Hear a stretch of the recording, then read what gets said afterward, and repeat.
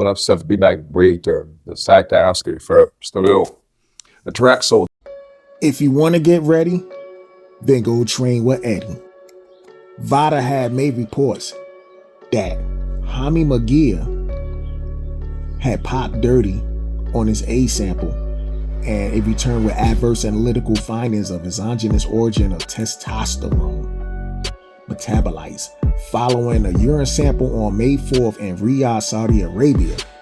Now, Jaime Mungia stated several experts have explained that there are multiple ways contamination can occur, and also stating that he's willing to undergo any retroactive, current, or future testing to demonstrate that he's always been a clean athlete.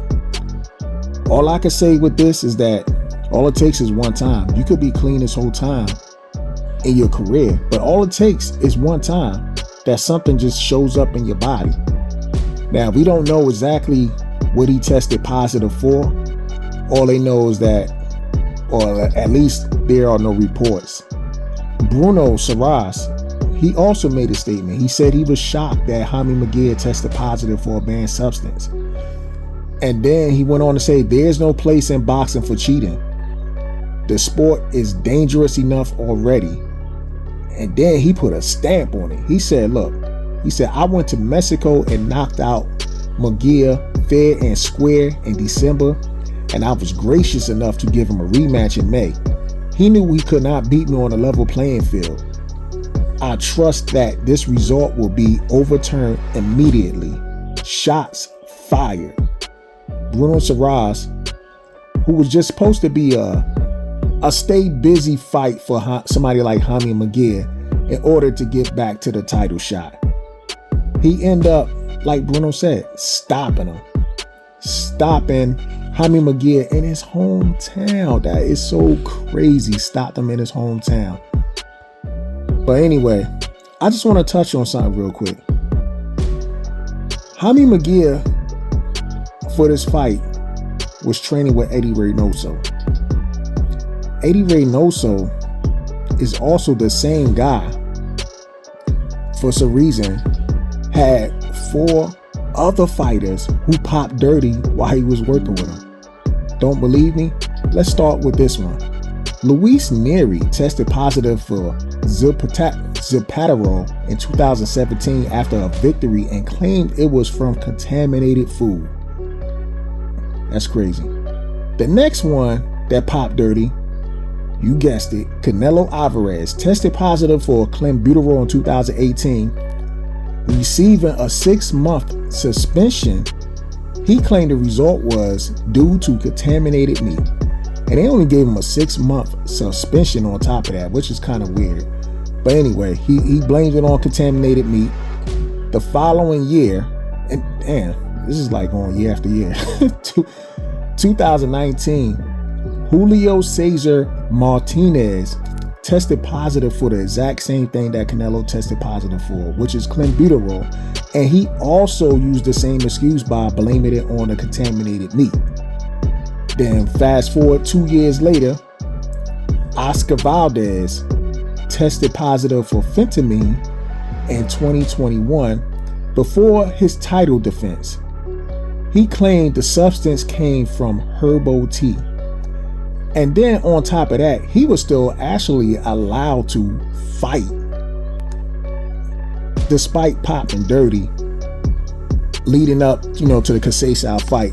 And on top of that, in my opinion, Oscar Valdez got his ass whooped, but he was awarded a gift decision by the judges, and also he was awarded a favor by the referee, because the referee actually took a point away from Robson Conceição for hitting late, and Oscar Valdez did the exact same thing in the fight, and the referee didn't even take a point.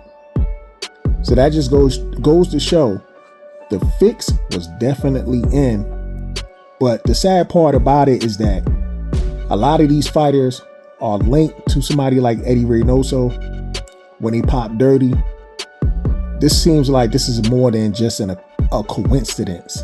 that these guys that are linked to Eddy Reynoso pop dirty. Not to mention people who were also associated with Eddy Reynoso pop dirty, not while he was with him, but just because they had that affiliation with him. I see they actually throw somebody like a Ryan Garcia in there because he tested positive for Ostarine last year, with his victory being overturned against Devin Haney, and he had a 1-year suspension. And also Garcia made the excuse of it was attributed to positive tests of contaminated supplements. But you know, a lot of times when people pop dirty, they always gonna blame it on something, right? They're gonna blame it on something being contaminated, and they never just gonna own up to it. Now, could something have been contaminated? Of course, something could have been contaminated.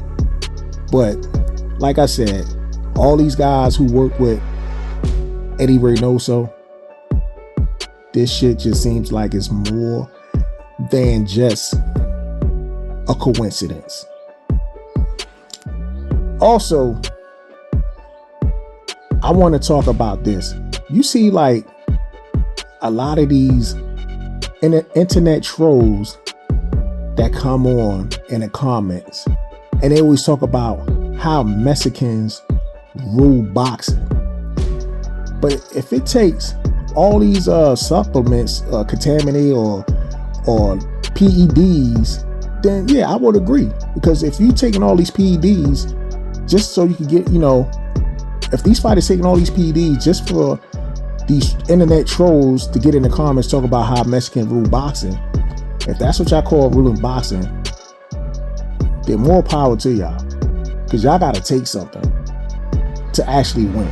Now, don't get me wrong. There are people of all races that actually pop dirty. And I know these internet trolls going to be the first one to talk about somebody way back in the day popping dirty that was nice. You know what I'm saying? They're like, oh, Roy Jones popped dirty. Oh, James Toney popped dirty. But they want to they're going to reach way back to say that shit. They ain't going to talk about what's happening now.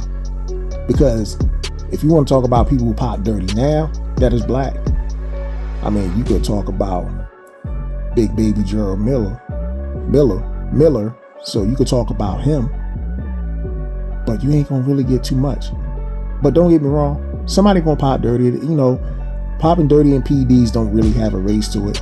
I just like to get back at these damn trolls that hop in the comment section talking about Mexicans rule boxing.